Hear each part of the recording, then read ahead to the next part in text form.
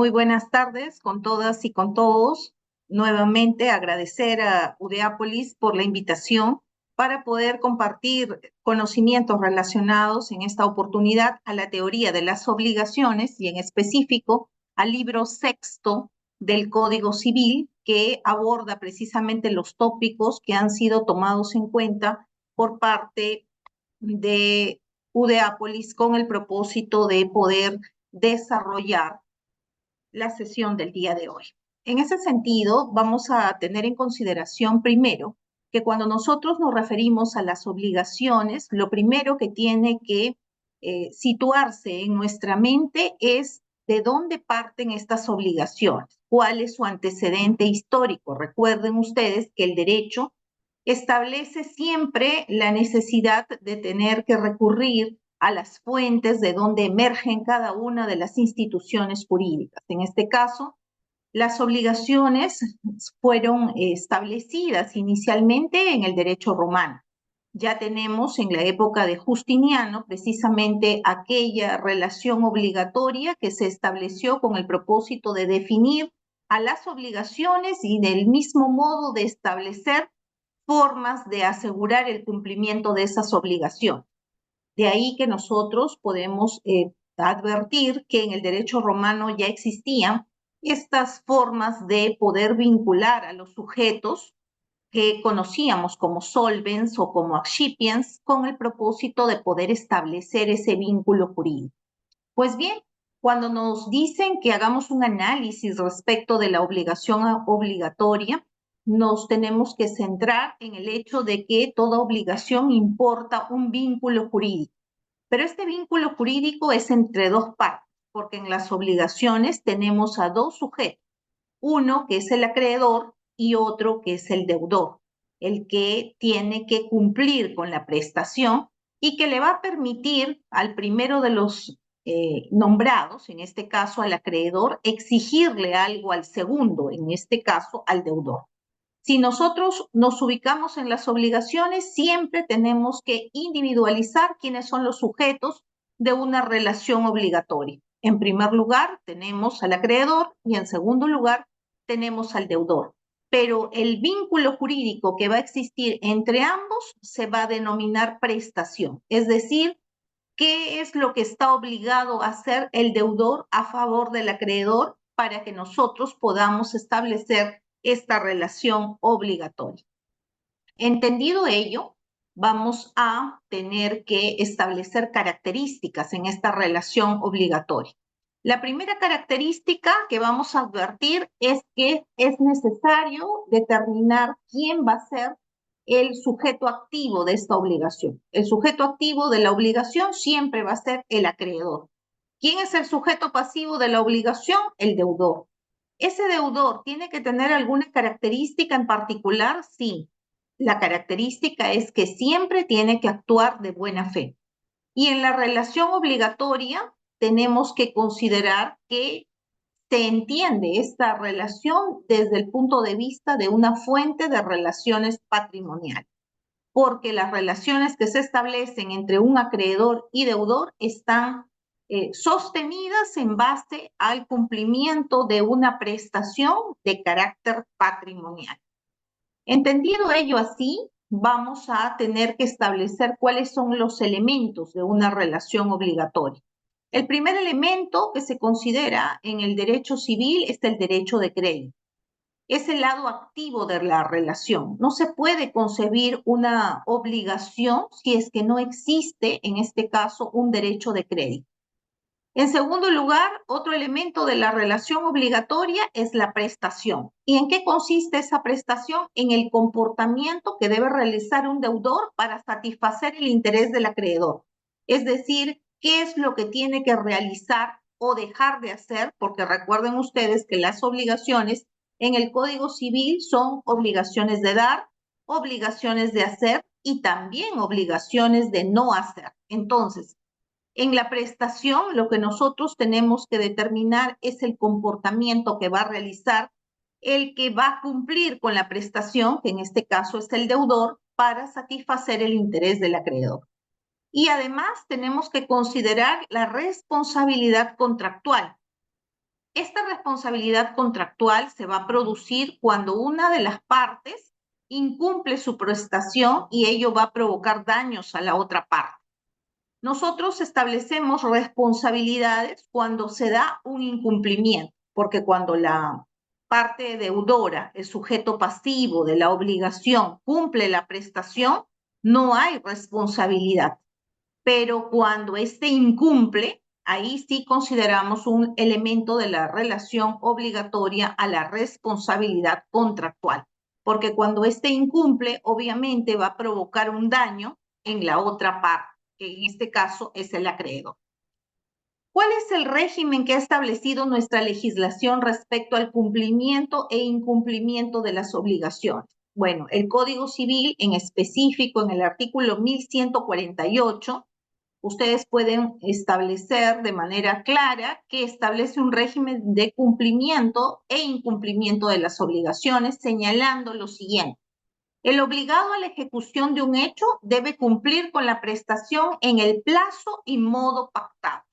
Es la regla general. Ustedes habrán podido apreciar en la praxis que una persona, cuando se obliga al cumplimiento de una determinada prestación, lo establece en un determinado plazo. Por ejemplo, yo solicito un préstamo dinerario y este préstamo tengo que pagarlo en 6 meses. Me establecieron un plazo. ¿Qué supone ello? Que a los 6 meses esa obligación tiene que ser satisfecha a favor del acreedor. Por lo tanto, nosotros advertimos que cuando hay un cumplimiento de esta prestación, evidentemente no vamos a tener que responder respecto a un posible incumplimiento porque estamos cumpliendo dentro del plazo que nos hemos comprometido a honrar esa obligación. En el modo, cuando referimos al modo, quiere decir que nosotros vamos a establecer de qué manera se va a cumplir esta prestación o en su defecto en los exigidos por la naturaleza de la obligación o las circunstancias del caso. Este hecho de describir de esta manera por parte del legislador este cumplimiento e incumplimiento de las obligaciones se hace porque la práctica nos lleva siempre a representarnos situaciones problemáticas en torno a el plazo, el modo, la naturaleza de la obligación, las circunstancias del caso. Si nosotros entendemos ello, evidentemente vamos a considerar que efectivamente el cumplimiento o incumplimiento de la obligación van a abarcar esos tópicos y que precisamente el legislador trata de tipificar todas aquellas situaciones que puedan presentarse con el propósito de establecer todos los supuestos posibles. Claro está que no siempre se cubre todos esos supuestos y que va a ser precisamente a través de la jurisprudencia, a través de la doctrina, que se pueda salvar precisamente aquellos vacíos que pueda presentarse la normativa en la que nosotros estamos relacionados al cumplimiento e incumplimiento de las obligaciones. Para ello, he considerado pertinente trasladarles las casaciones que están vinculadas precisamente al cumplimiento e incumplimiento que se puede dar dentro de una relación obligacional, ¿no? Tenemos la casación 4430-2012 Lima, la casación 3321-2013 Lambayeque y la casación 1567-2022 Lima. En estas 3 casaciones ustedes van a poder advertir que el legislador, al momento de señalar en el artículo 1148 cómo se da el cumplimiento de una prestación, no ha agotado todos los alcances que este cumplimiento pueda generar. En consecuencia, la jurisprudencia lo que ha hecho es ahondar en cómo debe concebirse precisamente la posición respecto de cuál va a ser la forma en que pueda cumplirse la prestación, el modo, qué elementos deben acreditar este cumplimiento o incumplimiento y cómo es que el juzgador va a llegar al convencimiento de que efectivamente esta persona que incumplió con esta prestación está obligada a resarcir esos daños en favor del acreedor. De tal manera que las casaciones no solo nos ilustran en torno al caso en específico, sino que también hacen una remembranza respecto de aquello que ha sido considerado por parte de quien emite el pronunciamiento para efecto de llevarnos a comprender cuando nos encontramos ante un cumplimiento e incumplimiento de una prestación.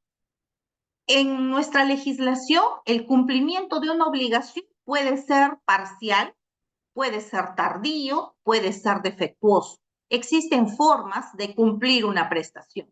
Lo ideal es que la prestación se cumpla en su integridad, pero hay situaciones que se presentan, ¿no? Y que precisamente el legislador las ha recogido para efecto de poder determinar las clases de cumplimiento de la prestación que pudieran existir y a partir de ello poder determinar si es que el acreedor debe ser indemnizado por parte de un deudor que no ha cumplido con esta prestación en los tiempos en que debió hacerlo, ¿no?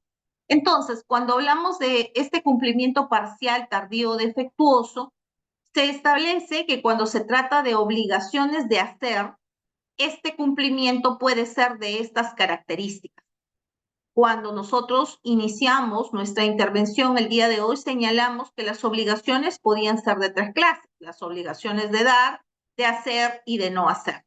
Cuando yo hablo de un cumplimiento parcial, tardío, defectuoso, siempre estoy vinculándome a las obligaciones de hacer. ¿Por qué? Porque en el hacer yo lo puedo realizar de una manera parcial, lo puedo hacer de una manera tardía o de una manera defectuosa. En ese sentido, el cumplimiento, cuando se realiza bajo estas características, parcial, tardío o defectuoso, y es imputable al deudor, es decir, la culpa de que esto se haya producido de manera parcial, tardía o defectuosa es del deudor, establece el legislador que el acreedor puede tomar diversas acciones. Una de estas acciones son las que están establecidas en el artículo 1150 del Código Civil y que ustedes lo pueden visualizar en sus códigos, ¿no? ¿Cuáles son estas acciones que puede tomar en este caso el acreedor? Primero, puede pedir la ejecución forzada del hecho prometido, a no ser que sea necesario para ello emplear violencia contra la persona del deudor. Si nosotros hablamos de ejecución forzosa, estamos dando cabida a poder entender que el cumplimiento de la ejecución va a tener que necesariamente ser exigida en el plano judicial, porque la ejecución forzosa no se hace de mano propia. Esto tiene que necesariamente llevar al órgano jurisdiccional a tener que intervenir con el propósito de que se pueda cumplir esa prestación y llegar a una ejecución forzosa. De otro lado, también el artículo 1150 te deja otra opción que puede tomar el acreedor como consecuencia precisamente de este cumplimiento parcial, tardío, defectuoso, y es el relacionado a exigir que la prestación sea ejecutada por persona distinta del deudor y por cuenta de este. Por ejemplo, quiero graficarles uno de los ejemplos a los que he tenido acceso y es precisamente cuando el acreedor requiere que una determinada persona realice una prestación a su favor consistente en poder pintar todo un edificio y resulta que el deudor, que era la persona que estaba obligada a ejecutar la prestación, sufre un determinado accidente que le impide poder realizar la prestación conforme se comprometió. En ese entendido, teniendo en cuenta que el acreedor requiere que el pintado del edificio se realice dentro de los 20 días siguientes de establecido el vínculo jurídico entre ambos, y esta recuperación del deudor no se va a producir en 20 días, él puede exigir que otra persona pueda ejecutar esta prestación, es decir, que sea una tercera persona la que intervenga en este vínculo jurídico con el propósito de que cumpla esa prestación y en los 20 días siguientes pueda entregar ese edificio pintado. Pero esa persona que va a intervenir para pintar ese edificio, lo que demande el gasto que representa que pueda realizar el pintado del edificio va a ser asumido ¿por quién? Por la persona del deudor, es decir, de aquella persona que sufrió ese accidente que lo imposibilitó de poder cumplir con la prestación respecto del acreedor. En ese supuesto, se puede exigir que la prestación sea ejecutada, por ejemplo, por persona distinta del deudor y por cuenta de este, porque él va a asumir, en este caso, lo que demande que este tercero pueda realizar el pintado del citado edificio, ¿no? En otros casos, también puede dejar sin efecto la obligación, es decir, puede cortar ese vínculo jurídico, toda vez que a él se le había indicado que la persona del deudor era una de gran trayectoria, que podía realizar, por ejemplo, unas tomas fotográficas excelentes, y resulta que en un accidente automovilístico él resulta incapacitado de la mano derecha. Entonces, cuando se entera el acreedor de que la persona del deudor no va a poder realizar esas tomas fotográficas, decide dejar sin efecto la obligación porque dice que ninguna persona cumpliría las expectativas que él tendría para poder realizar este tipo de labor que se le había encargado, que era efectuar unas tomas fotográficas en un determinado espacio físico. En consecuencia, hay tres opciones, de acuerdo al artículo 1150 del Código Civil, que puede adoptar en este caso el acreedor cuando la culpa sea del deudor para efecto de poder exigir el cumplimiento parcial, tardío o defectuoso. De otro lado, también otra de las acciones que puede tomar el acreedor está circunscrita a considerar no ejecutada la prestación si resultase sin utilidad para él, ¿no? Siempre tengan en cuenta que en las obligaciones, entendidas estas como vínculo jurídico, el que tiene que ver satisfecha la prestación es el acreedor. En otras palabras, se ha diseñado nuestro ordenamiento jurídico con el propósito de darle todas las facilidades y el beneplácito precisamente a la persona del acreedor. Y ello nos va a tener que llevar nuevamente a las teorías que existen en el mundo de las obligaciones. Tenemos las teorías clásicas, tenemos las teorías patrimonialistas. Si nos vamos a la teoría clásica de Savigny, que establecía que todo giraba en torno a la satisfacción que pudiera tener el acreedor respecto de la prestación cumplida por el deudor. En otras palabras, el deudor era la persona que soportaba todo el cumplimiento de esta prestación. Entonces, si en este caso vemos que no se ejecuta la prestación y tenemos aparte que no resulta de utilidad para el acreedor, esta prestación evidentemente es una de las medidas que él puede tomar ante un cumplimiento tardío, defectuoso o parcial que pudiera existir respecto de esta prestación. Otra de las medidas que se podría adoptar es exigirle al deudor la destrucción de lo hecho o destruirlo por cuenta de él si le fuese perjudicial. Por ejemplo, un acreedor manda confeccionar 50 sillas porque tiene en mente poner una academia de preparación para una determinada institución policial, por ejemplo. Entonces, contrata a un maestro con el propósito de que elabore 50 sillas. Y resulta que cuando se entrega las sillas a la persona del acreedor, advierte que estas sillas no revisten las características del catálogo que le había sido puesto al acreedor para el momento cuando se establece esta obligación entre ambos, cuando se crea este vínculo jurídico. En otras palabras, le mostraron una figurita distinta a la que en efecto se le presentó cuando tuvo las 50 sillas al frente de él. Entonces, le pareció que el material que se le había indicado que se iba a emplear con el propósito de elaborar estas sillas era de una calidad y sin embargo, cuando lo tuvo al frente, pues advirtió que ese material no satisfacía sus intereses y por lo tanto y va a generar incluso que sus mismos alumnos pudieran sufrir algún tipo de daño o lesión, ¿no? Entonces, ¿puede exigir el acreedor al deudor la destrucción de lo hecho?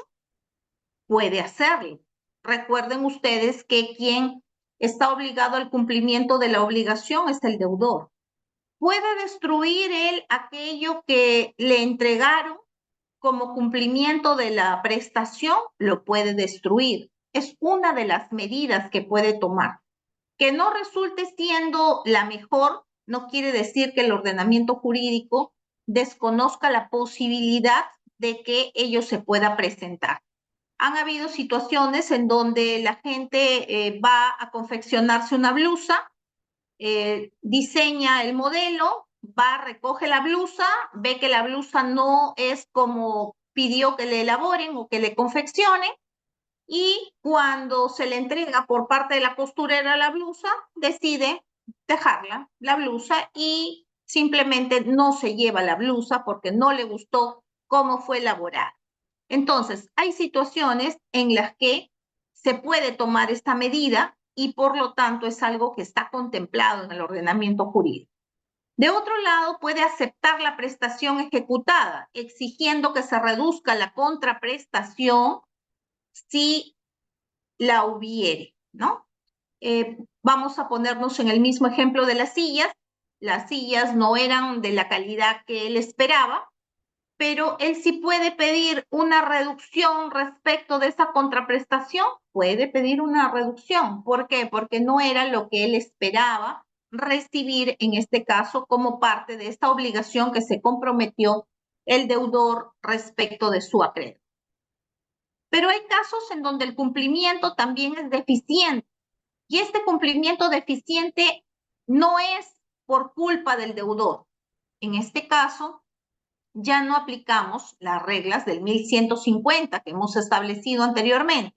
Aquí corresponde aplicar por parte del acreedor lo que establece el artículo 1151. Pero vean ustedes qué incisos, los incisos 2, 3 o 4 del Código Civil. Aquí se excluye totalmente el inciso número 1, que está relacionado precisamente a lo que hemos visto anteriormente, que está graficado en el artículo 1150. ¿Cuáles son esas posibilidades que puede tener, en este caso, la persona del acreedor cuando este cumplimiento es deficiente, pero no es imputable a la persona del deudor? Puede considerar no ejecutada la prestación si resultase sin utilidad para él. Es decir, no se cumple la prestación, por lo tanto, ese vínculo jurídico que en algún momento se estableció es como si no hubiese existido. De otra manera, puede exigir al deudor la destrucción de lo hecho o destruirlo por cuenta de éste cuando fuese perjudicial. También le da la posibilidad, en este caso, al deudor de que lo pueda destruir porque no le resulta útil tampoco para la persona del acreedor. O puede aceptar la prestación ejecutada exigiendo que se reduzca la contraprestación si la hubiera. También se opta por las mismas reglas que hemos anteriormente mencionado en el 1150.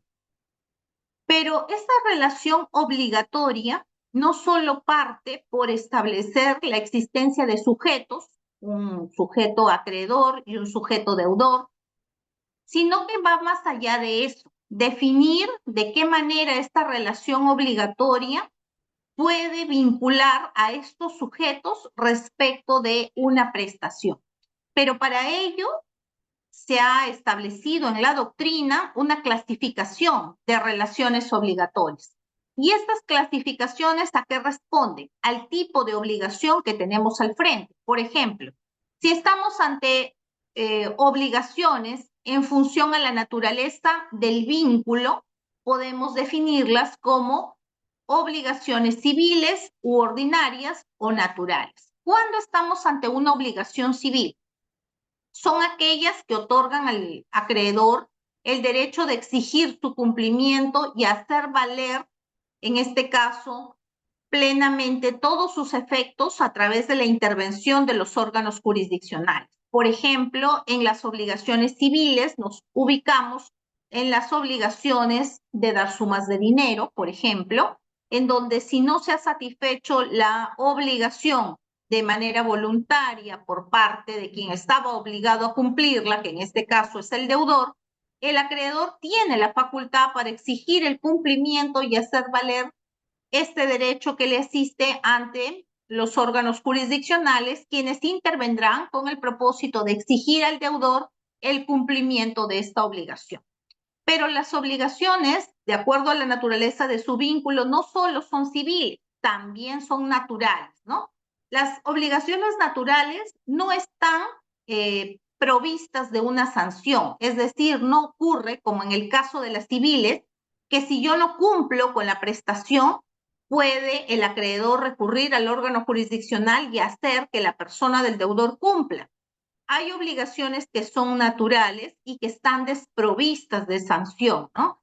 Según la doctrina y la jurisprudencia, son obligaciones que no están provistas de sanción, no están dotadas de un poder coactivo, por lo que el acreedor no puede exigir al deudor el cumplimiento forzoso. Por lo tanto, son susceptibles de cumplimiento voluntario, pero no de coacción por los medios legales, ¿no? Cuando hablamos de estas obligaciones naturales, tenemos que ver todas aquellas en las cuales no se ha establecido una sanción per se para la persona del deudor. Es decir, te otorga la potestad de que puedas cumplir como no hacerlo respecto de una determinada prestación. Por ejemplo, nosotros podemos circunscribir a una obligación natural aquella que se desprende precisamente del vínculo familiar, ¿no? Se establece que los hijos son prohijados por los padres, ¿no? Y estas obligaciones que nacen de esta relación de consanguinidad o incluso también de afinidad que puede surgir entre los cónyuges, se establece en la doctrina que son consideradas obligaciones naturales, es decir, aquellas que no están provistas de alguna sanción para los integrantes del entorno familiar, ¿no? Y esto tiene que ver incluso, si ustedes lo asocian de manera sistemática con el derecho penal. Ustedes han visto que el artículo 205 del Código, 208 del Código Penal establece exenciones respecto de cualquier tipo de situación que pueda poner en riesgo precisamente esta unidad familiar. Es decir, no está permitido las denuncias por hurtos entre familiares, ¿no?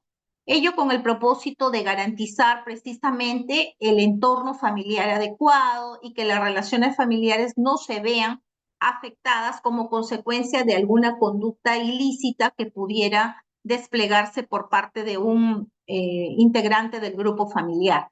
Entonces, cuando hablemos de obligaciones naturales, son aquellas que están desprovistas de sanción, no tienen una sanción per se y por lo tanto no puedes recurrir en este caso a que a través de algún medio coactivo pueda darse su cumplimiento. Adicionalmente a ellos, tenemos que otra de las clasificaciones que se ha recogido precisamente es la relacionada a la naturaleza del objeto o diversidad de la prestación. Aquí tenemos que tener en cuenta cuáles son este tipo de obligaciones y que están recogidas en nuestro Código Civil. Son las obligaciones de dar, las obligaciones de hacer y las obligaciones de no hacer o consideradas también obligaciones de abstención, porque la parte que está obligada al cumplimiento de la prestación se abstiene de realizar algo que está obligado a hacer. Tenemos que las obligaciones de dar son aquellas que tienen por objeto la transmisión de la propiedad a otro o también un derecho real del deudor a su acreedor por efecto del consentimiento legítimamente manifestado, a excepción de aquellos casos en los cuales la ley exige algún otro requisito, como ocurre en la venta con reserva de dominio, en la venta de cosas ingénere, en situaciones en las que la obligación de dar no se cumple automáticamente. Para poder entender esta lámina debemos tener en cuenta algo. Cuando yo establezco una obligación de dar, quiere decir que la parte que se está comprometiendo el cumplimiento de esta obligación tiene que, como su mismo nombre lo dice, entregar, dar, realizar algo en favor de la otra parte, ¿no? En estas obligaciones de dar siempre están vinculadas a las de carácter patrimonial, a las de carácter pecuniario, en las que uno de los sujetos de la relación obligacional se obliga a dar a otro una determinada prestación, que puede ser una suma de dinero, que puede ser una suma que sea líquida o también que sea una suma que no sea líquida, conforme así lo regula el propio Código Civil. Entonces, ello hace que cuando nosotros hablemos de las obligaciones de dar, estén circunscritas básicamente a las que se tienen que relacionar con los derechos de propiedad o aquellos de carácter patrimonial en los que uno de los sujetos va a afrontar el cumplimiento de la prestación en favor del otro. Cuando hablamos de las obligaciones de hacer, son aquellas que consisten en la realización de una actividad. Esa actividad obviamente va a realizarse por parte de un deudor en interés de un acreedor. Por ejemplo, en las obligaciones de hacer están precisamente los ejemplos que les puse precedentemente, los relacionados al pintado del edificio, los relacionados a la elaboración de las sillas para la academia universitaria. Esas obligaciones de hacer implican una actividad. Si yo, como obligado de la relación, tengo que realizar una actividad en favor de mi acreedor y lo cumplo, entonces estoy ante una obligación de hacer.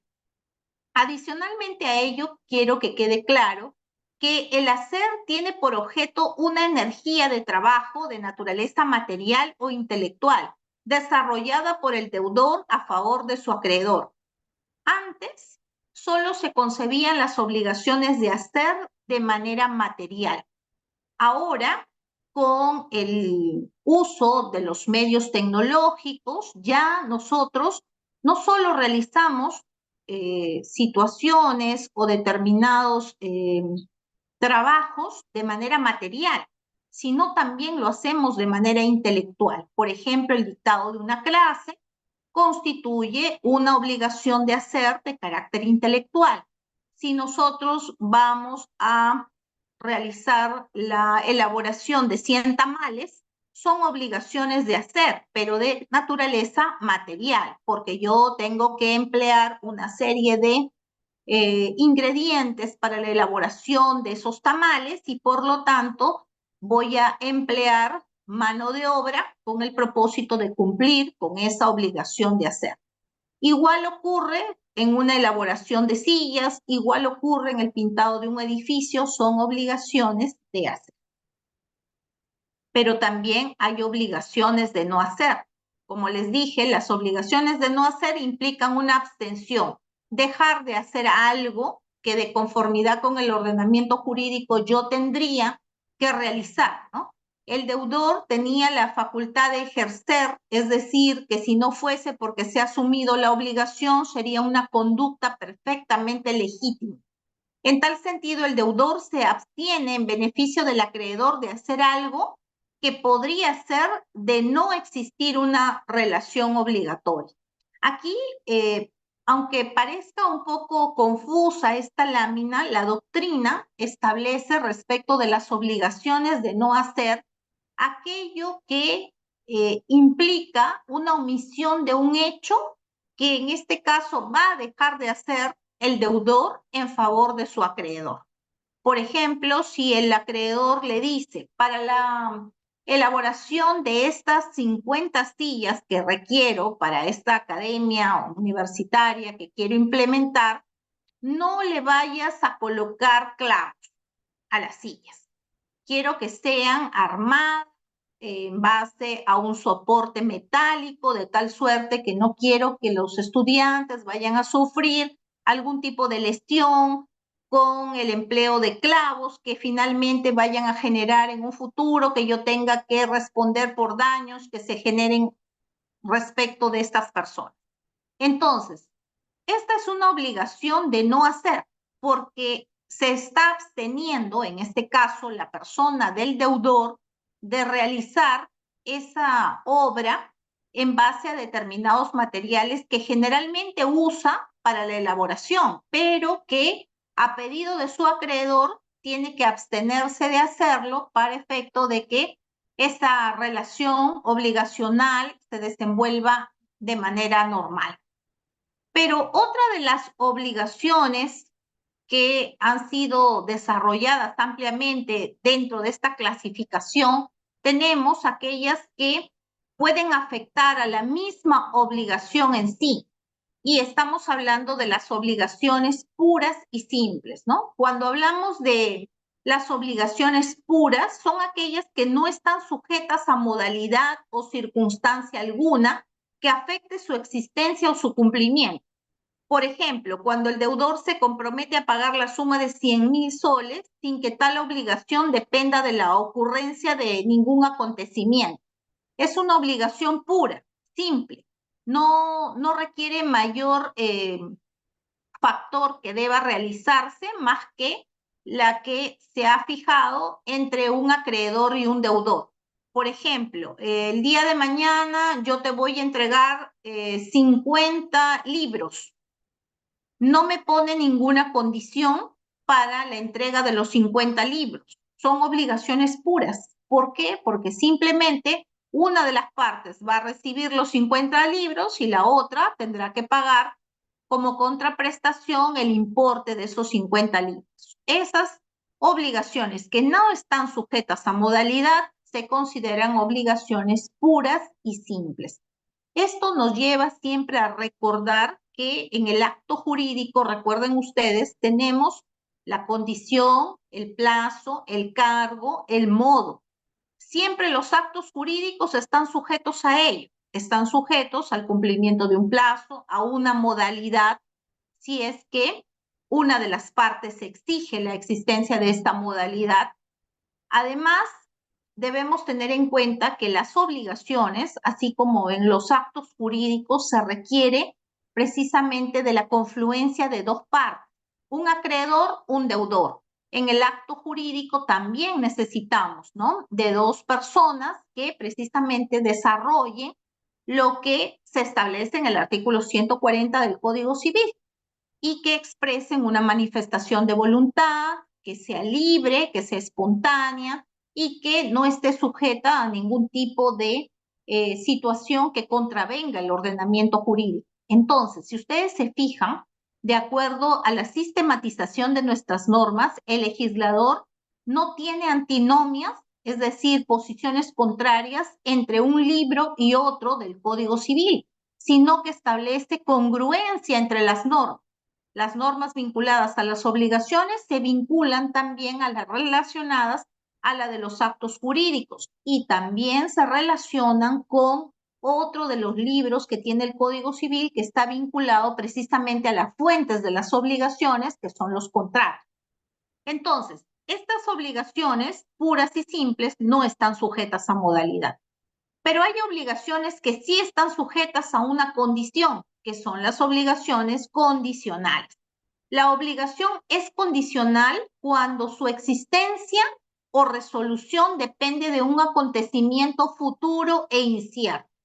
Siempre nos han dicho que cuando algo está sujeto a condición, si es que la condición no se cumple, no podemos dar por satisfecha la prestación.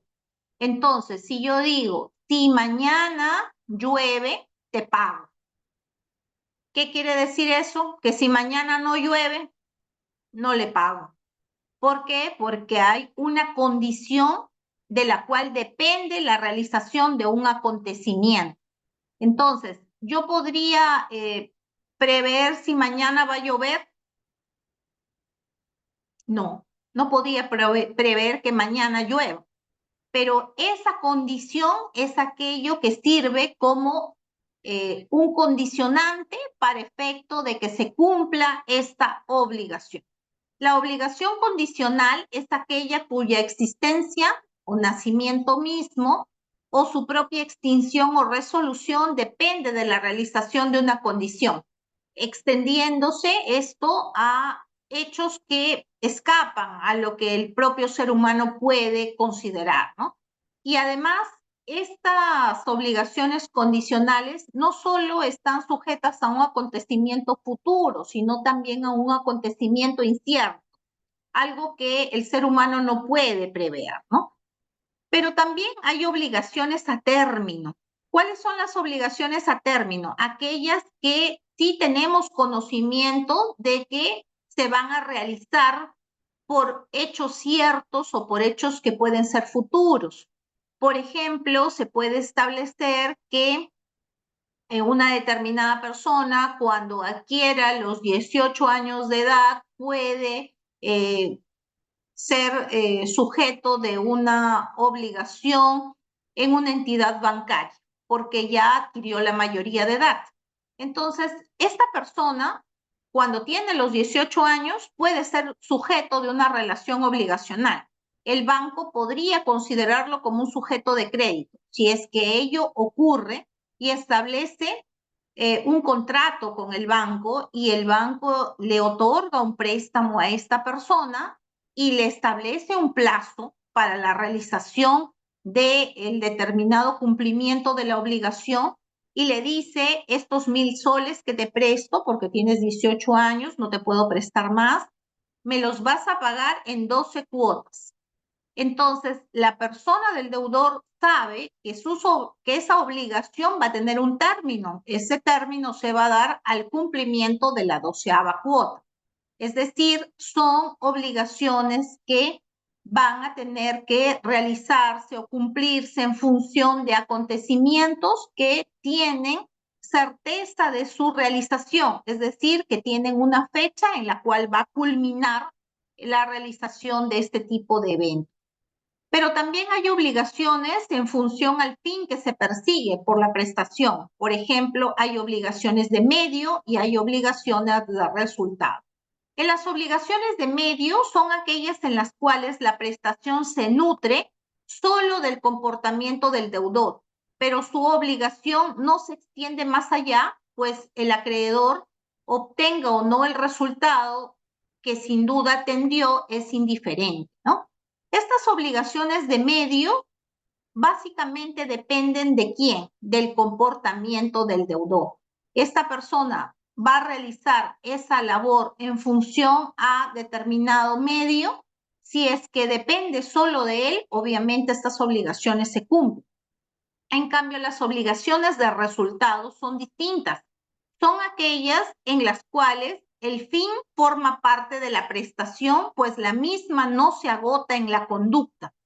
¿A qué me refiero? Cuando yo he logrado entregar esas 50 sillas a satisfacción de la persona del acreedor, son obligaciones de resultado, porque en función a las sillas que le entrego y a la prestación que se ha cumplido en favor del acreedor, pues obviamente se ha culminado con este vínculo jurídico de manera satisfactoria, porque en función al resultado de esta prestación que ha sido de satisfacción para la persona del acreedor, pues estamos refiriéndonos a obligaciones que han cumplido con esta prestación que en su momento se cumplió.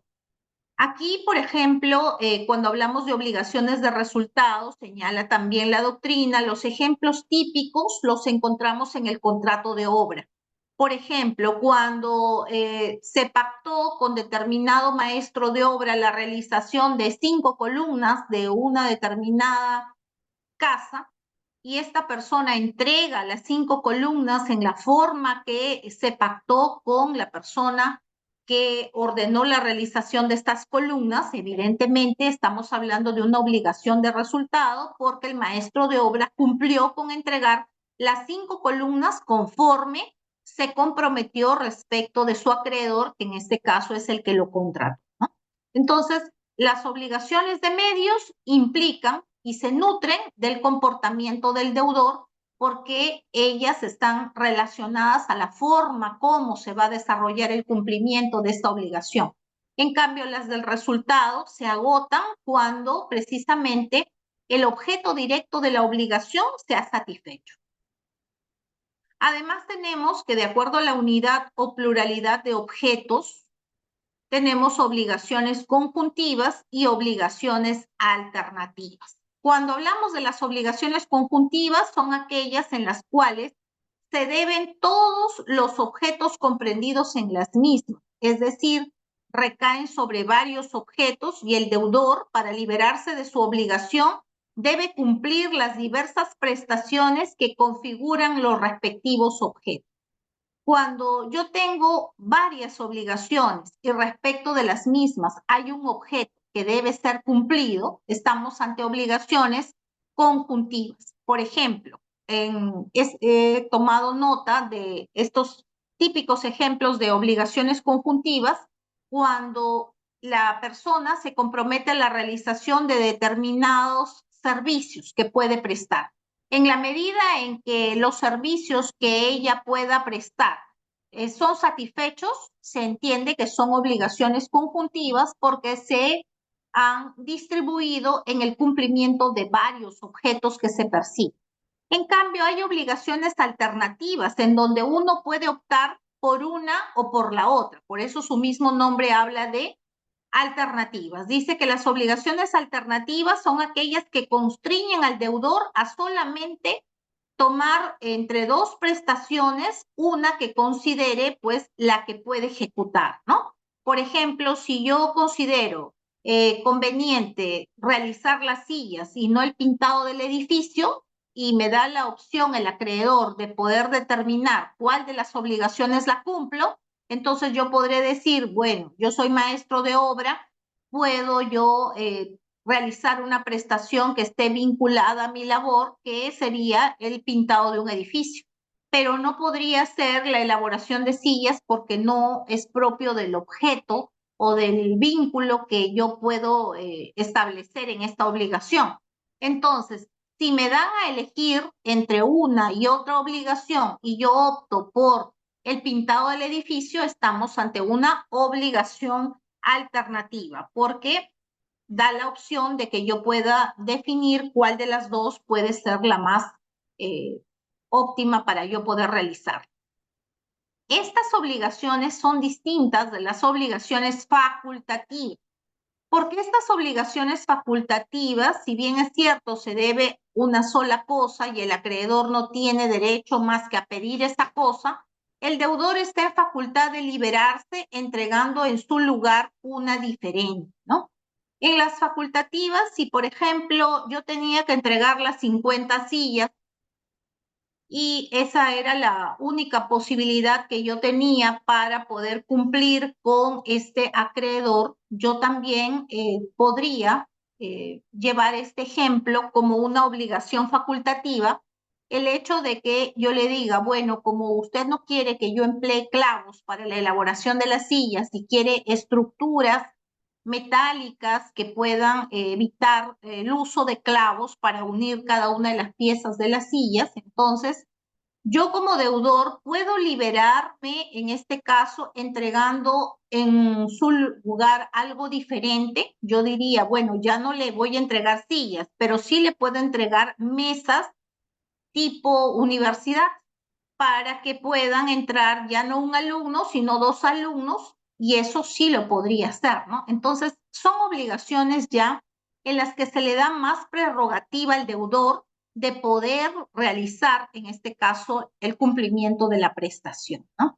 Cuando nosotros hablamos de otro tipo de obligaciones en las que se hace mención a la pluralidad de sujetos, ya hablamos de obligaciones conjuntas y obligaciones mancomunadas.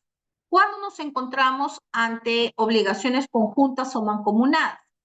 Cuando existen diversos deudores o diversos acreedores y presentan la particularidad de que la obligación se divide entre los diversos sujetos que integran la relación jurídica, de manera que cada acreedor solo puede exigir una parte de su crédito, pero no la totalidad, y cada deudor solo puede ser obligado por su parte en la deuda, mas no por el monto total. En este caso de obligaciones, ya no son como las puras y simples que vimos inicialmente. Aquí ya involucran a una pluralidad de sujetos. Una obligación pura y simple se da entre un acreedor y un deudor, Pero cuando ya hablamos de obligaciones conjuntas o mancomunadas, ya estamos hablando de varios acreedores y estamos hablando de varios deudores. Entonces, cuando nosotros nos encontramos ante obligaciones conjuntas o mancomunadas, esta obligación que en las simples iba a ser cumplida por el deudor hacia el acreedor, en las conjuntas o mancomunadas va a ser cumplida por varios deudores a favor de varios acreedores. ¿Qué pasa si uno de ellos incumple su parte? Ustedes habrán podido ver, por ejemplo, los casos de los consorcios en las obras en donde se sale a licitación, por ejemplo, la realización de una avenida, ¿no? Porque también hay que tener en cuenta que ahora, cuando sale a licitación una determinada obra, es porque ha superado una determinada cuantía. Cuando no supera la cuantía, se hace, pues, digamos que de manera fraccionada. Y esto lo hacen con el propósito, pues, de evitar todo el procedimiento que implica efectuar una licitación pública, ¿no? Entonces, para la elaboración de esta avenida se requiere, pues, el empleo de proveedores que provean de cemento, provean de material para la elaboración de la pista, que puede ser ripio, concreto, etc. Y así va a haber una concurrencia de personas que se van a erigir como acreedores y va a haber una concurrencia de personas que se van a erigir como deudores. ¿Qué pasa si uno de ellos no provee lo que tenía que proveer en su momento? Se tendrá que responder, ¿no? Dependiendo de el cumplimiento de la obligación que estemos obligados a hacer, ¿no?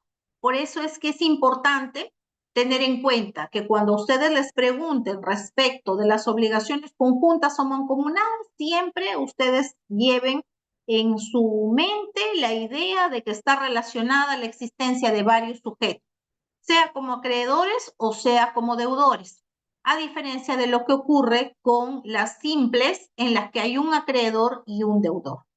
Finalmente, respecto a estas obligaciones conjuntas o mancomunadas, dice nuestra legislación que cada deudor solo puede ser obligado por su parte en la deuda, más no por el monto total.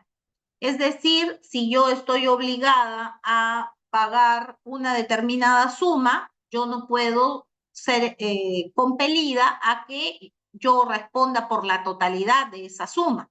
Solamente respondo por la parte que me correspondía, ¿no? Eso ocurre en este tipo de obligaciones conjuntas o mancomunadas. También tenemos las obligaciones solidarias, que son distintas, porque ustedes saben que de acuerdo a nuestra legislación, la solidaridad no se presume, y eso es algo que lo tenemos que tener siempre en cuenta. La obligación es solidaria cuando varios deudores están obligados a una misma cosa, de modo que cada uno puede ser constreñido al pago por la totalidad. ¿Se dan cuenta la diferencia con las mancomunadas? En las mancomunadas yo respondo solo por mi parte. En cambio, en las solidarias se establece que yo sí puedo ser constreñido al pago por la totalidad y que el pago hecho por uno de ellos liberte a los otros. Este término ha sido extraído, acuñado del derecho romano. ¿Qué quiere decir? Que si yo respondo por la totalidad, luego puedo repetir el pago. A los que estaban obligados a pagar su parte, yo les podré exigir el cumplimiento de esa obligación. A eso se le denomina la solidaridad pasiva. También se puede dar el caso cuando varios acreedores tienen derecho de exigir cada uno de ellos el pago total de la creencia y que el pago de ellos libera al deudor para con todos, ¿no? En los casos de las obligaciones solidarias, la legislación nos da la posibilidad de poder ejercer el cumplimiento de la obligación y luego exigir a los que estaban obligados al pago, ¿no? Y eso solo lo podemos ver en las obligaciones solidarias. Ahora, finalmente, en cuanto a la divisibilidad del objeto y la ejecución de la prestación, podemos decir que hay obligaciones que pueden ser divididas y hay obligaciones que no pueden ser, ¿no? En las obligaciones divisibles, tenemos un objeto que en este caso una prestación va a ser susceptible de ser cumplida por partes sin que se altere la esencia de la obligación. Es decir, en estos casos, cuando hablamos de una obligación divisible, la prestación puede ser cumplida por partes. Si yo he pactado, por ejemplo, la realización de 50 sillas y estas 50 sillas tienen un periodo de entrega en 20 días, yo podría efectuar una primera entrega a los 10 días, luego a los 15 y luego a los 20 días. Son obligaciones que pueden ser cumplidas por partes, es decir, no en un solo evento.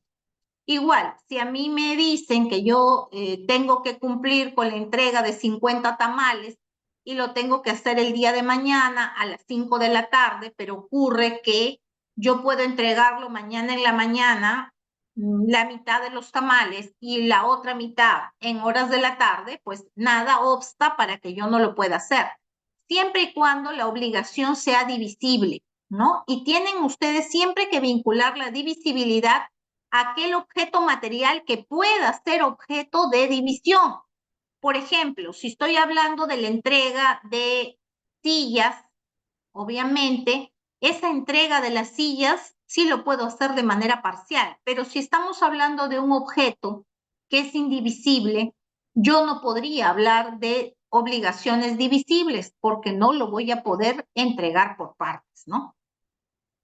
Y las obligaciones indivisibles pueden ser determinadas por la naturaleza del objeto, por la voluntad de las partes o por disposición de la ley, de donde resulta la frecuente distinción entre indivisibilidad por la naturaleza del objeto, indivisibilidad convencional e indivisibilidad legal.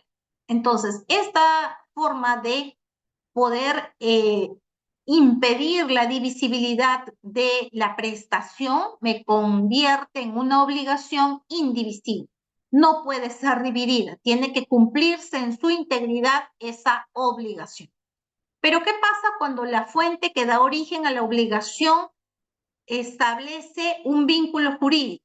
Tenemos obligaciones que son contractuales porque nacen de un contrato, y hay obligaciones que son extracontractuales, es decir, que no nacen de un contrato y que pueden ser derivadas de una gestión de negocios, de un enriquecimiento sin causa, de un pago de lo indebido, de un abuso del derecho, de un hecho ilícito o una declaración unilateral de voluntad, ¿no? Entonces, cuando ustedes les pregunten, según la fuente que da origen a la obligación, ¿qué tipo de obligaciones tenemos? Tenemos dos, las contractuales y las extracontractuales. Las primeras nacieron de un contrato y las segundas no nacieron de un contrato, pero sí pudieron nacer, por ejemplo, de una gestión de negocios o de un enriquecimiento sin causa, de un pago de lo indebido, de un abuso del derecho o de un hecho ilícito o una declaración de voluntad. Adicionalmente a ello, se estableció como parte de la currícula que era necesario abordar un tópico relacionado a la relación obligatoria de dar suma de dinero. Cuando nosotros comenzamos nuestra intervención, señalamos que las obligaciones eran de dar, de hacer y de no hacer. Dentro de las obligaciones de dar, tenemos precisamente las obligaciones de dar suma de dinero. Y hay una casación que a mí sí me parece muy interesante y que es necesario que ustedes también puedan revisarla. Es la casación 5050-2018 Lima, que desarrolla precisamente una casuística muy particular en torno a las obligaciones de dar suma de dinero. Y establece que, probada la existencia de una obligación, sea de fuente legal o voluntaria, la ley autoriza al acreedor, entre otros, a emplear las medidas legales a fin de que el deudor le procure aquello a que está obligado, en aplicación de lo dispuesto en el artículo 1219, inciso 1 del Código Civil, que prevé ese efecto de las obligaciones, autorizar al acreedor para lo siguiente: emplear las medidas legales a fin de que el deudor le procure aquello a que está obligado.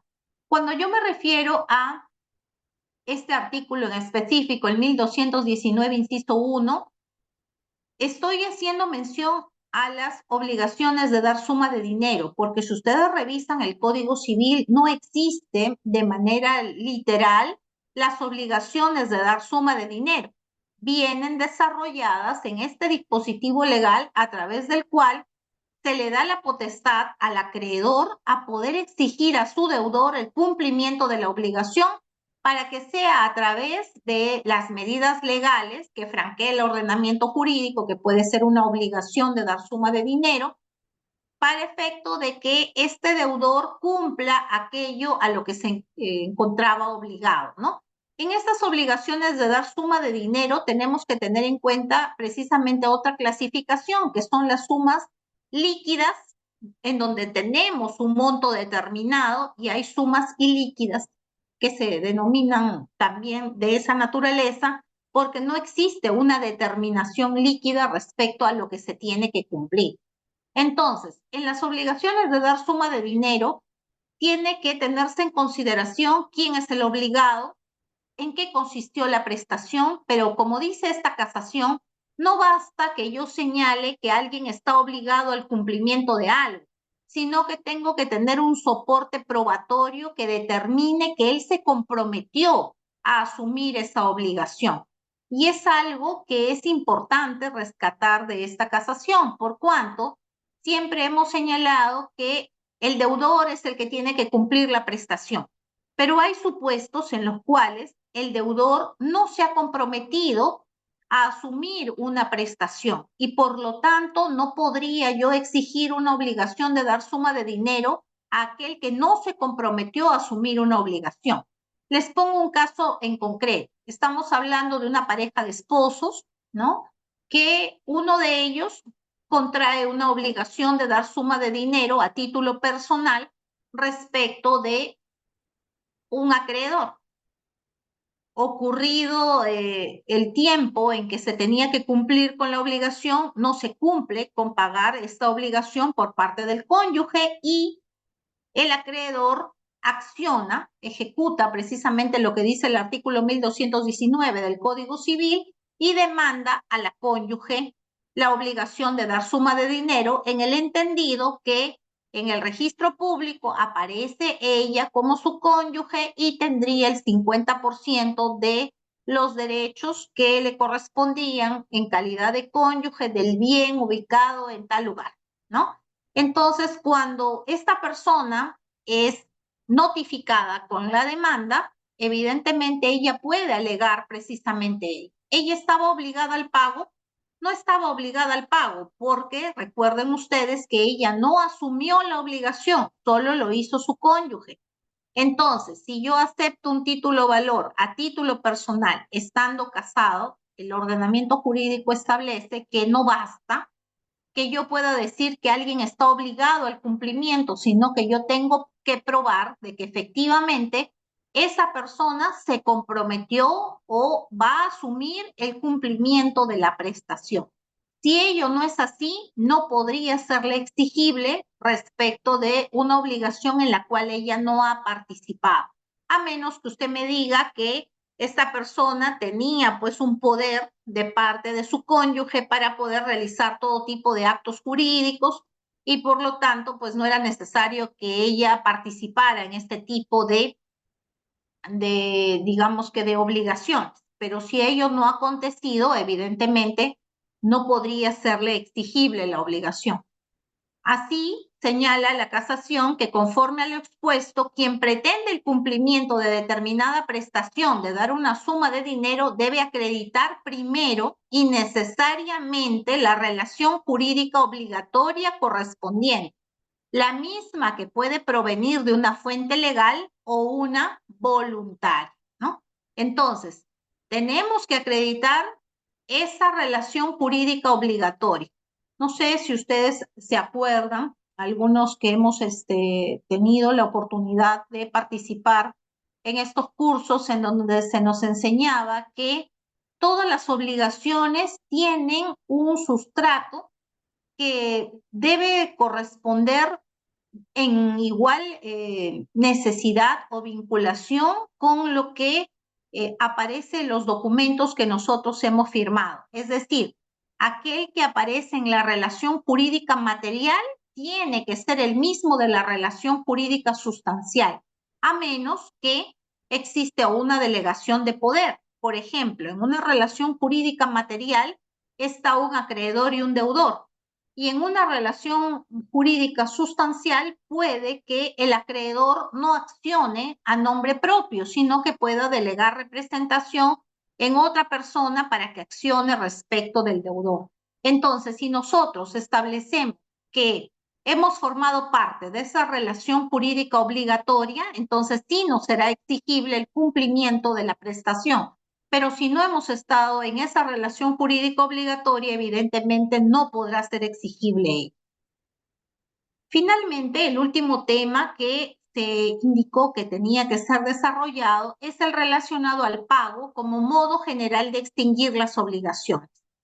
Cuando inicié mi intervención, señalé que las obligaciones implican un vínculo jurídico entre un acreedor y un deudor y que en la medida en que se cumpla con una determinada prestación, pues evidentemente se habrá satisfecho lo que el acreedor buscaba respecto de su deudor. Pero hay formas en las que también esas obligaciones o esos vínculos jurídicos pueden terminar. Y una de las formas de poder extinguir esas obligaciones es el pago. Cuando nosotros hablamos del pago, necesariamente lo vamos a asociar con las obligaciones de dar. Este pago se señala por medio de la doctrina y de la jurisprudencia que es el medio ideal para extinguir las obligaciones, pues esta extinción se da en estricto orden a lo convenido o previsto por la ley. ¿Por qué se señala que de acuerdo a lo convenido? Porque cuando hablamos de un acreedor y deudor, lo que ellos acuerden es lo que se entiende por convenido. En cambio, cuando algo está previsto por ley, es aquello que nace del propio texto expreso de la ley. Entonces, si la ley establece que se atribuye haber extinguido una obligación cuando el deudor ha honrado su obligación y que ésta tiene que realizarse en el lugar donde se contrajo la obligación, por ejemplo, entonces ya no es por convención de las partes en que se paga en la ciudad de Lima y no en la ciudad de Piura.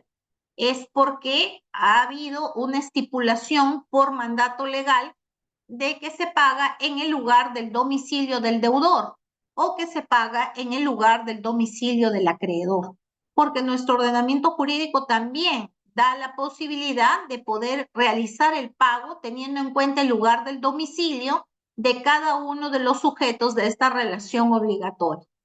Además, se señala que cuando se paga, se extingue esta obligación cumpliéndola en su integridad, es decir, ejecutando la prestación debida de dar, de hacer o de no hacer, en las condiciones y términos pactados o exigidos por la ley. Esto lo manifiesta Castillo Freire cuando desarrolla los tópicos en torno a la extinción de las obligaciones y hace mención al pago. Pero ¿qué dice Arnau Moya? Dice que los modos o causas de extinción de las obligaciones son los distintos hechos o negocios jurídicos en virtud de los cuales aquella deja de existir. Mientras la obligación está vigente, mientras la obligación está viva, evidentemente no podemos hablar de extinción de la obligación. Lo hacemos cuando se han producido unos hechos o negocios jurídicos que van a llevar a que una vez cumplida esta prestación, pues se entienda que se ha cumplido el objeto o la finalidad por la cual se convino el cumplimiento de esta prestación. Entonces, si la persona se comprometió a elaborar 50 sillas y las entrega las 50 sillas a su acreedor, evidentemente se extingue la obligación por cuanto se ha efectuado precisamente un hacer de parte de su deudor hacia su acreedor.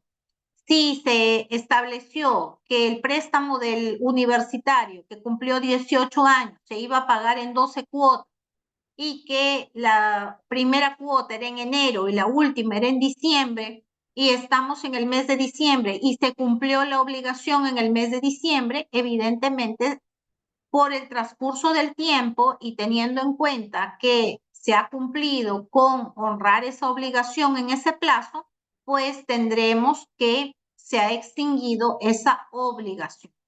Además, el código establece otras formas de extinguir las obligaciones. El pago no es la única.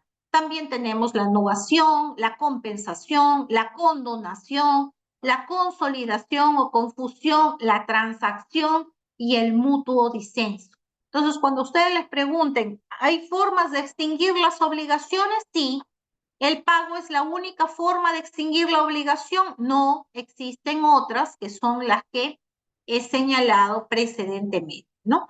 Adicional a ello, debemos tener en cuenta que en el pago hay principios que tienen que cumplirse y estos principios han sido recogidos en el artículo 1220 del Código Civil y están relacionados a la identidad y a la integridad en el pago.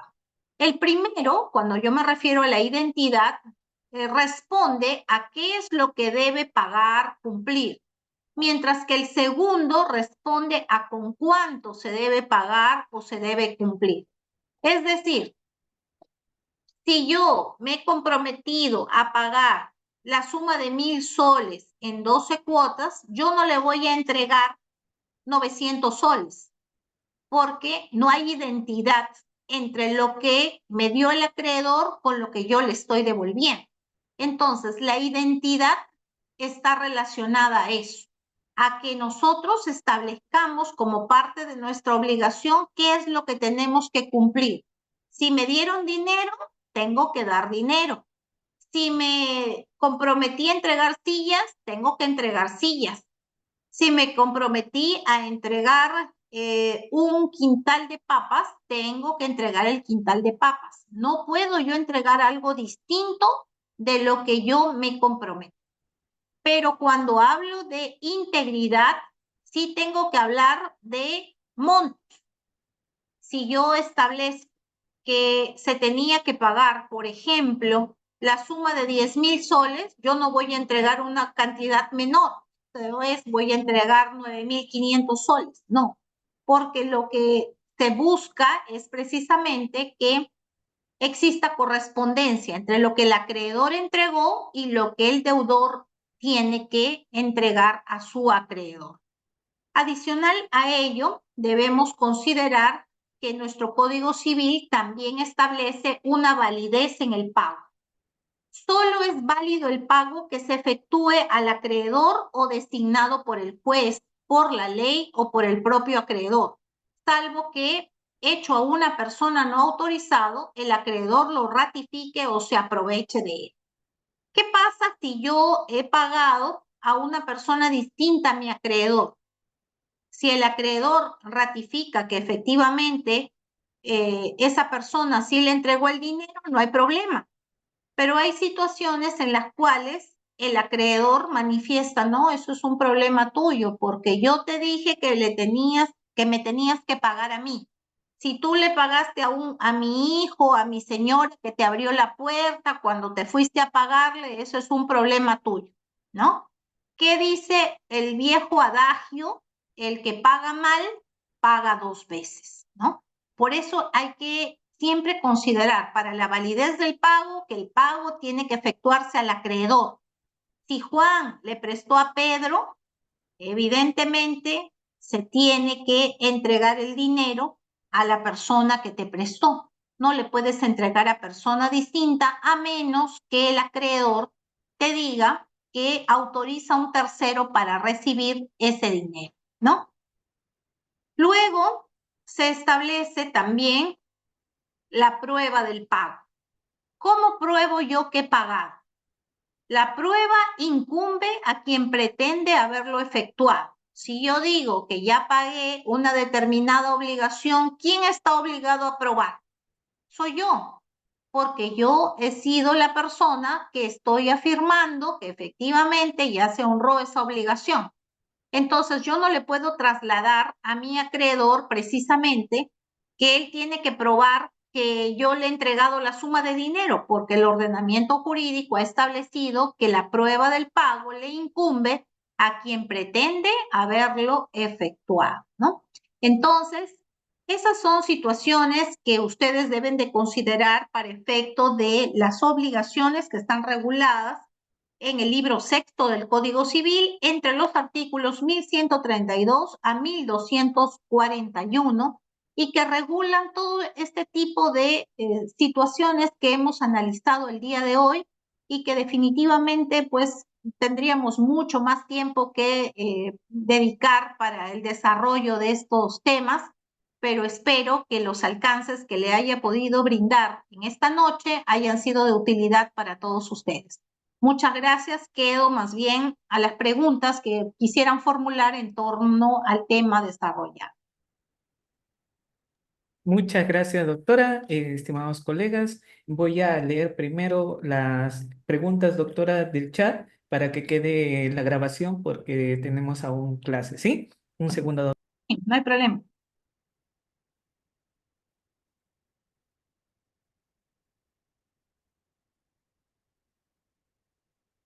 Muy bien, doctora, muchas gracias. A ver, tengo me dice Freddy, ¿los alimentos a los hijos son obligaciones civiles o naturales? Gracias, doctora. Perfecto. Cuando nosotros nos referimos a las obligaciones, siempre hicimos mención a dos clases de obligaciones, que eran las obligaciones civiles y las obligaciones naturales. Cuando interviene el órgano jurisdiccional, es una obligación civil, señalé. Si el padre de manera espontánea pasa una pensión de alimentos, es una obligación natural, porque no debería ningún padre tener que ser compelido por un órgano jurisdiccional para el cumplimiento de una obligación. Pero ¿qué pasa cuando el padre no acude con la prestación alimentaria? Obviamente va a intervenir el órgano jurisdiccional y tendremos que hacer exigible en la vía civil precisamente el cumplimiento de una obligación. Muchas gracias, doctora. Tenemos, a ver, nos dice uno de nuestros participantes, ¿los servicios profesionales de un médico o abogado son obligaciones de médicos, de medio? Muchas gracias, doctora. Claro, lo que pasa es que cuando nosotros estamos haciendo mención precisamente a la actividad que realiza la persona que va a poder desarrollar esa actividad, pues estamos haciendo mención a qué medio se va a emplear, ¿no? Si, por ejemplo, yo soy abogada y voy a realizar una prestación vinculada al asesoramiento, pues obviamente el medio que yo voy a emplear es precisamente el conocimiento que yo tengo en el derecho para poder orientar a una determinada persona que requiere nuestros servicios, ¿no? Igual el médico cuando va a efectuar una intervención quirúrgica, también estamos hablando de los medios que van a llevarlo a él a cumplir esa prestación en favor de la persona que requiere, en este caso, ser curada o tratada, dependiendo del diagnóstico que se haya efectuado respecto de la misma. Muchas gracias, doctora. A ver, otra pregunta. Nos dice, si en un proceso de alimentos por devengados el juez ordena que pague al deudor y él no lo hace, sabemos que el deudor tiene ingresos por alquileres. ¿Se puede hacer algún tipo de subrogación para el juez obligue al deudor? Sí, gracias, doctora. Ya, lo que pasa es que en los alimentos nosotros tenemos que considerar situaciones en particular, que cuando una persona está obligada al cumplimiento de una determinada prestación alimentaria y el órgano jurisdiccional ha intervenido, ha establecido una liquidación y esta persona no tiene con qué pagar, es un supuesto, y tiene bienes, no tiene sumas líquidas para pagar, pero sí tiene bienes, sí se puede accionar respecto de los bienes porque cabe la posibilidad de presentar medidas cautelares con el propósito de poder hacer exigible esa obligación. Y esto lo puedes hacer, que puede darse el caso de medidas cautelares dentro del proceso o inclusive antes de que inicies el proceso judicial de alimentos, también puedes recurrir a este tipo de medidas cautelares. Y hay otros supuestos en los cuales el mismo obligado al cumplimiento de esta obligación puede pedir inclusive que de esa deuda por prestación alimentaria, que era una suma, vamos a suponer, ascendente a la suma de 20.000 soles, que debe por unos devengados, puede entregarlo como forma de pago un determinado terreno. Y se ha dado casos en los cuales se ha sustituido esa obligación de dar suma de dinero, que en este caso representa la liquidación misma, por la entrega de un bien con el propósito de que se pague esa obligación que estaba pendiente, ¿no? Y eso mismo ocurre respecto de las demás obligaciones. El código permite la sustitución con el propósito de que se puedan honrar las obligaciones. No siempre las obligaciones se honran en la misma forma que en este caso han podido ser otorgadas por parte del acreedor. Muchas gracias, doctora. A ver, nos dicen algunas participantes. Buenas noches, doctora. ¿Cómo se puede ejecutar la demanda de obligaciones de dar de suma de dinero, concretizar el cobro y el pago? Gracias. Las obligaciones de suma de dinero tenemos que tener en cuenta si es que esto parte de la suscripción de un título valor.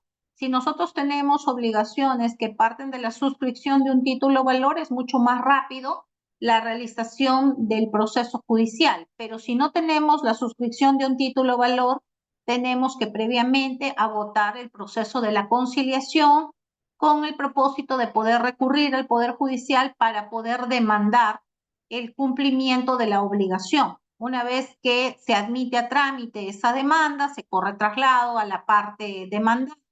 La parte demandada puede contradecir esa demanda, puede alegar inexigibilidad de la obligación porque ésta ya ha sido honrada, o puede, en este caso, señalar de que en efecto la deuda se encuentra impaga y que presenta al órgano jurisdiccional la forma como va a pagar esa obligación.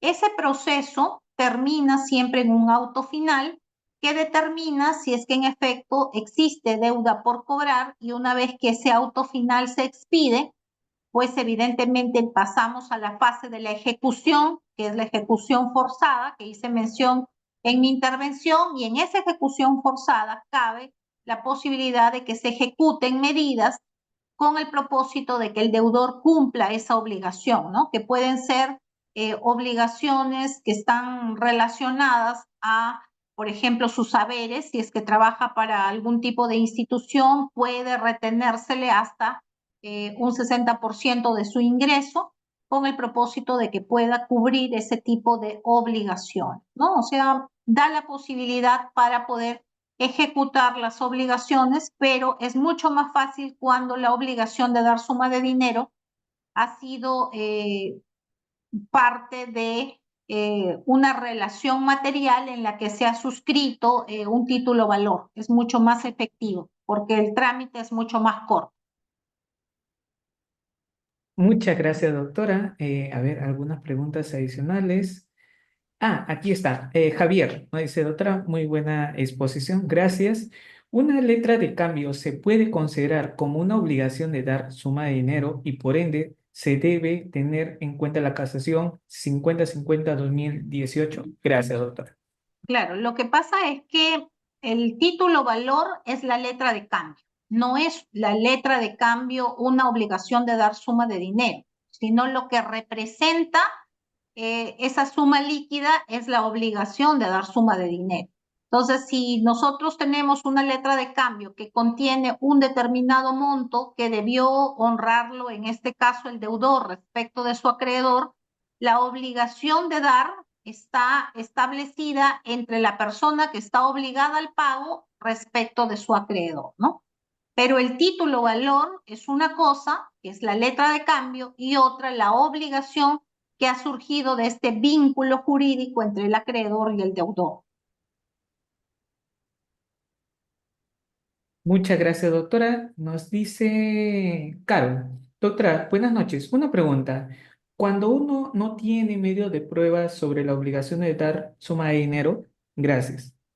Claro, hay supuestos en los cuales yo puedo recurrir precisamente a lo que nosotros llamamos las pruebas anticipadas, es decir, reconocimiento de una determinada obligación que lo hacemos antes de recurrir al proceso judicial en sí, porque hay supuestos en los cuales no tienes forma de probarlo a través de un título valor, pero sí tienes por ahí una captura de WhatsApp, por ejemplo, en donde te reconoce que en efecto le prestaste una determinada cantidad de dinero y es lo único que acreditaría, en este caso, la obligación que tendría el deudor respecto de su acreedor.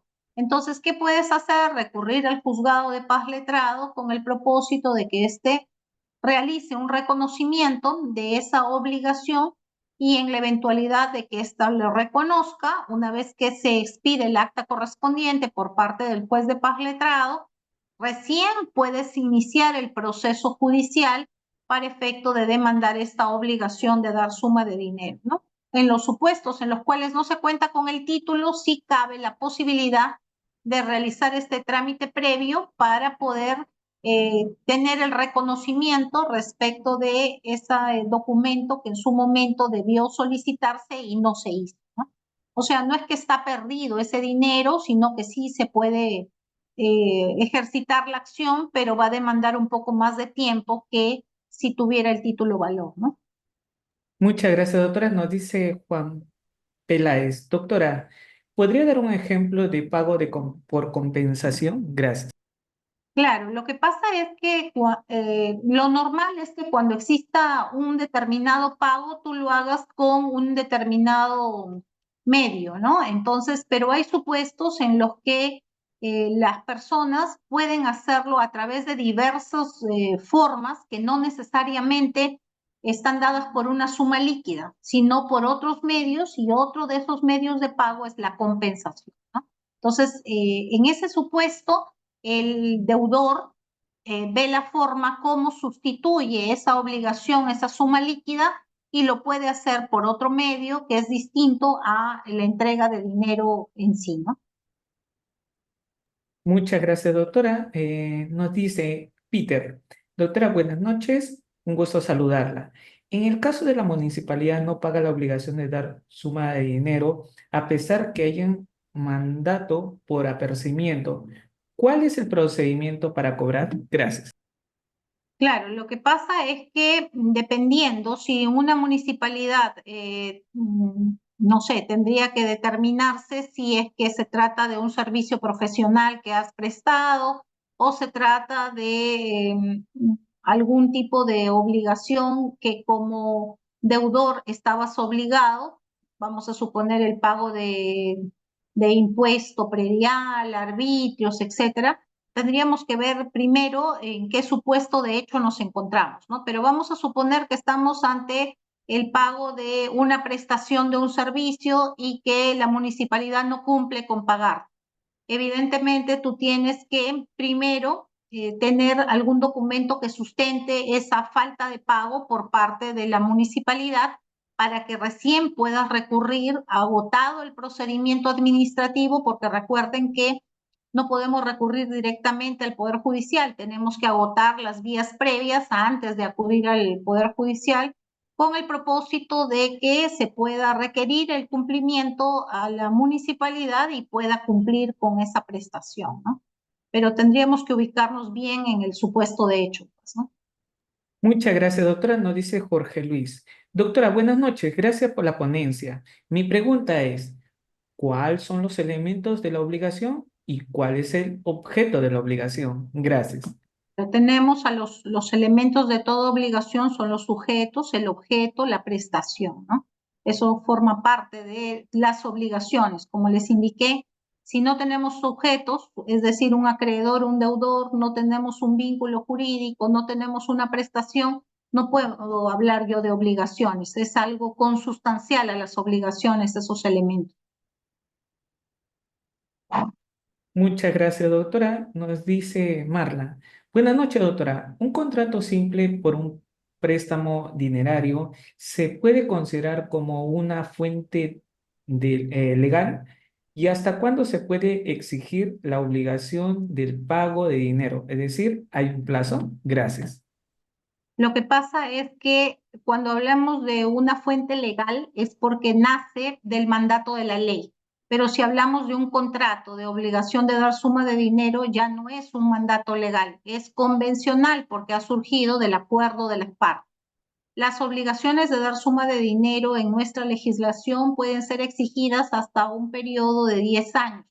Transcurridos los 10 años, yo no puedo exigir ya una obligación de dar suma de dinero. Tiene un plazo establecido y precisamente el Código Civil establece ese plazo. Si tú no exigiste el cumplimiento de esa obligación en esos 10 años, es imposible que puedas accionar, ¿no?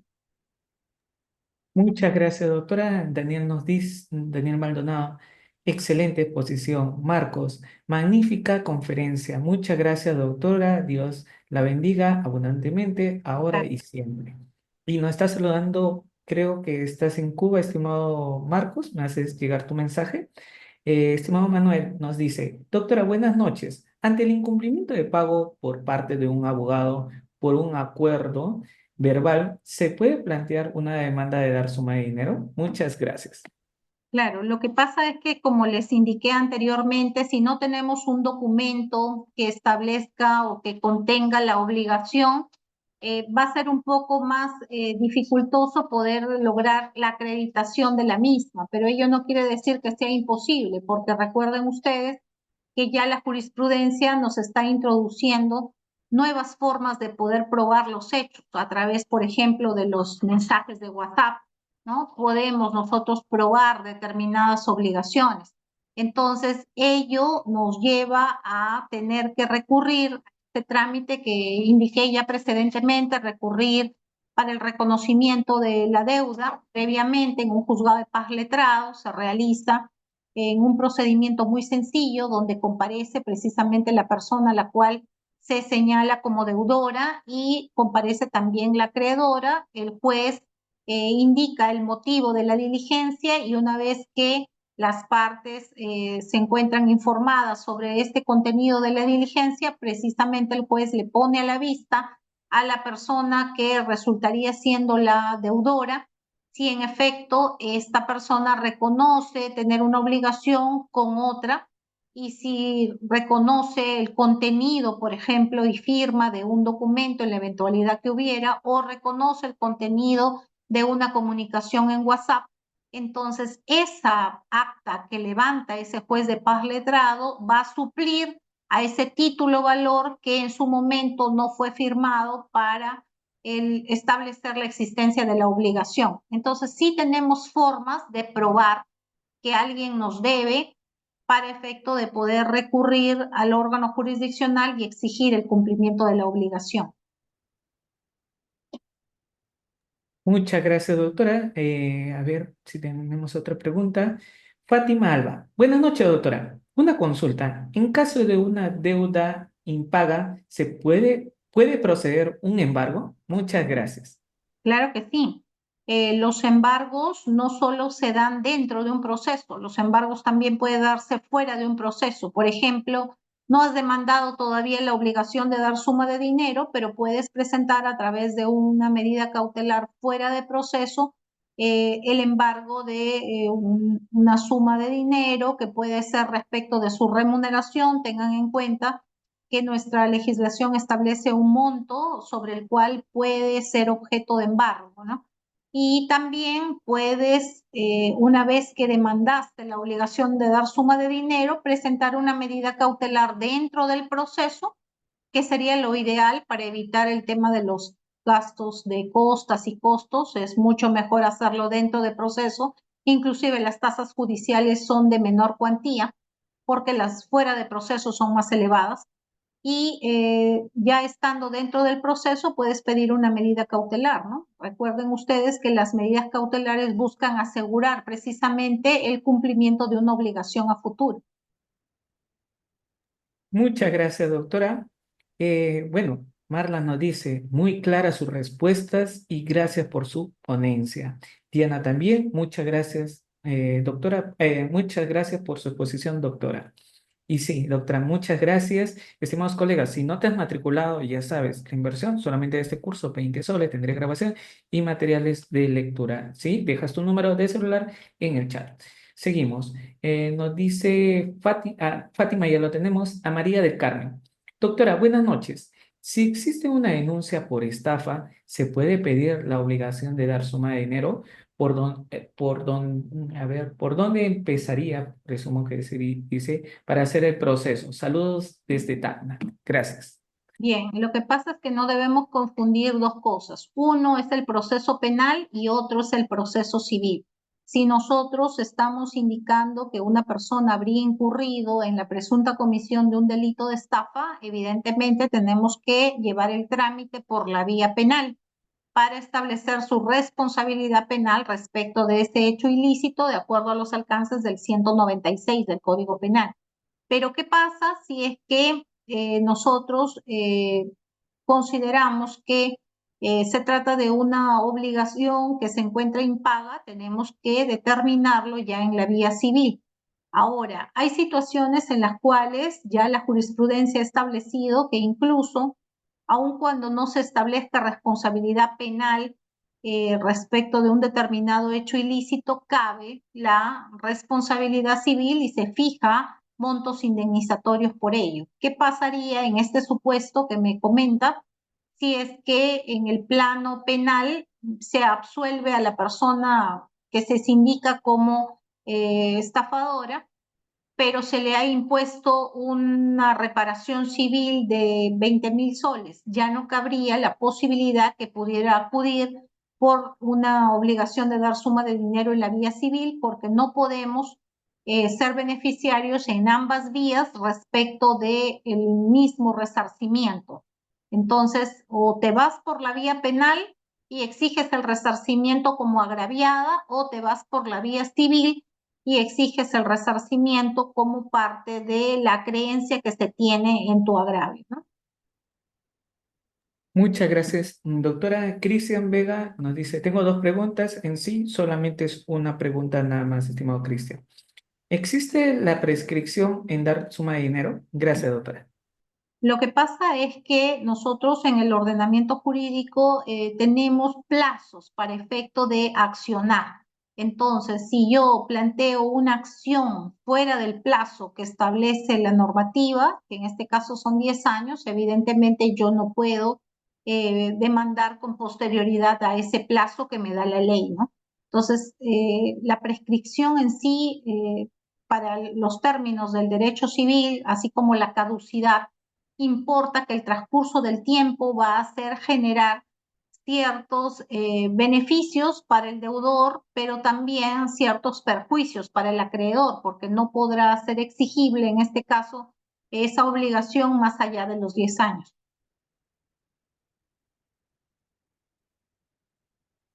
Muchas gracias, doctora. Kevin nos dice, en un hipotético caso en sí, porque aquí no resolvemos ninguna consulta particular, nos dice, doctora, en un hipotético caso contenga la pluralidad de sujetos y de prestaciones, sin embargo, una de las prestaciones es nula o ineficaz. ¿Cabe actuar la nulidad o ineficacia solo respecto a dicha transferencia a pesar que el contrato tenga otras transferencias? Gracias. Ya, lo que pasa es que tenemos que considerar que ya no estaríamos en las obligaciones, estaríamos en las fuentes de las obligaciones, que son los contratos. Entonces, para esos efectos tendríamos que determinar si esa persona estaba obligada o no al cumplimiento de esa prestación. Si es que formó parte de esa relación obligatoria, evidentemente va a responder por esa relación obligatoria. Pero si no formó parte de esa relación obligatoria, porque, por ejemplo, se me viene a la mente, puede esa persona haber sido suplantada en su identidad o no participó de esa relación obligatoria, le falsificaron su firma, entonces obviamente ningún efecto jurídico podría tener alguna prestación o algún incumplimiento respecto de esta, ¿no? Perfecto, doctora. Muchas gracias. Doctora, Lo que sucede siempre y lo que normalmente las comisarías realizan, parte de policía, nos dicen, yo le he prestado dinero, no me quiere devolver, ¿correcto? Yo le he pagado por un celular, por ejemplo, de alta gama, pero no me quiere devolver. Entonces yo le he dicho que me devuelva el dinero porque no me va a dar el bien. Y normalmente les dicen, por favor, envía tu carta notarial, ¿correcto? Eso es lo común que realizan, es la práctica, como dice. Entonces, doctora, nosotros vamos a una obligación de dar suma de dinero o ante una denuncia. Gracias.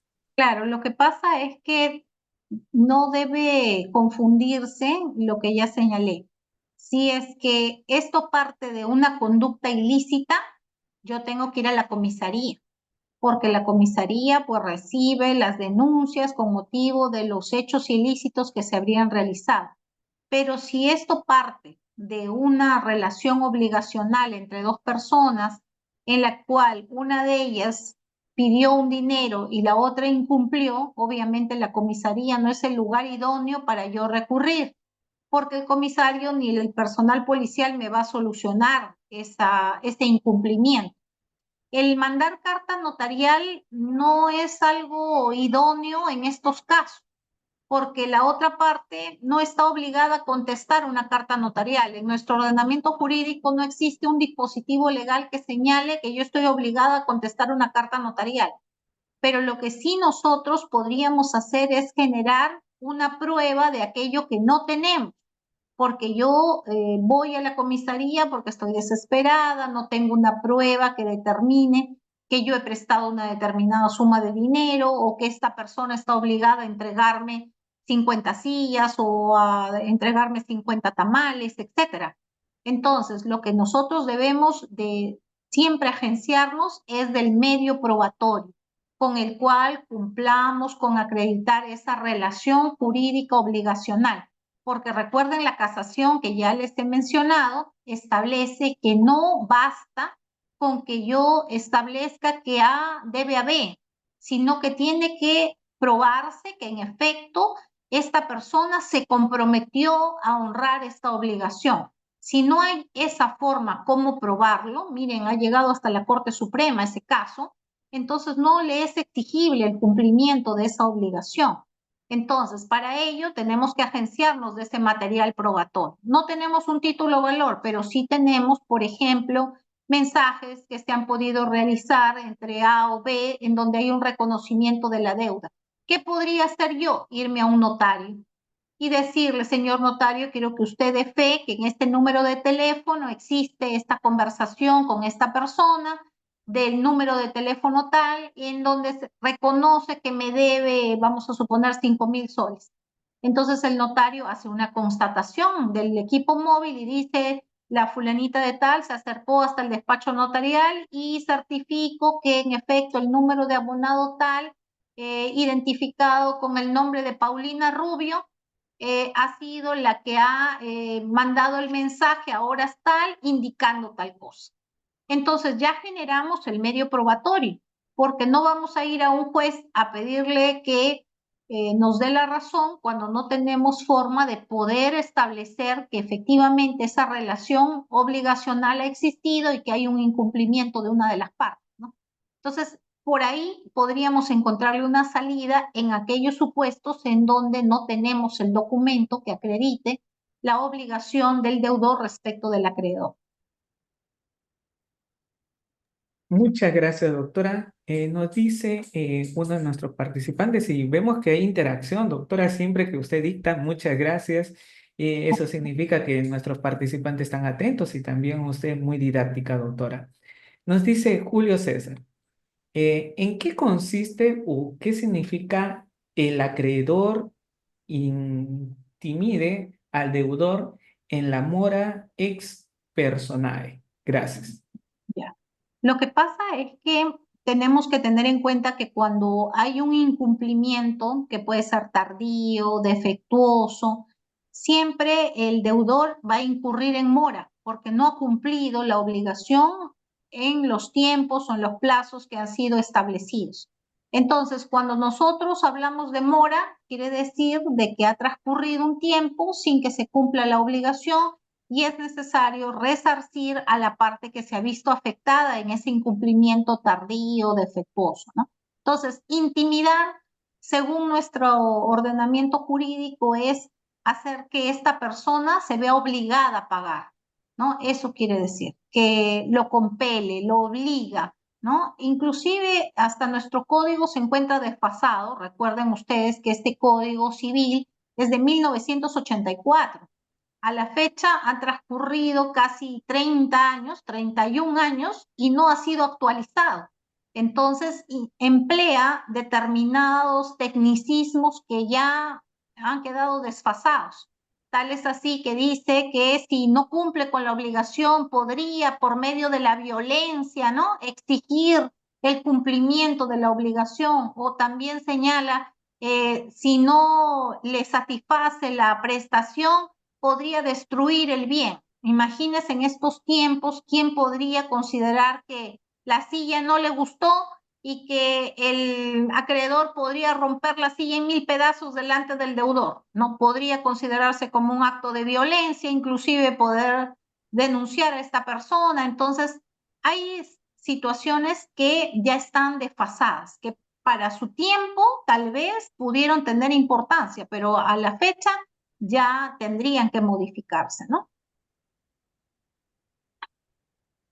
Muy bien, muchas gracias, doctora. Ok, a ver, tenemos ya la última pregunta. A ver, tenemos... a ver. Ok, estimado Cristian, nos dice, no viene de Uriápolis, nada, Cristian, presumo. Nos dice, doctora, pero también depende del monto, porque no se va a obligar a dar suma de dinero por poco dinero. Por ejemplo, 20 soles. Gracias.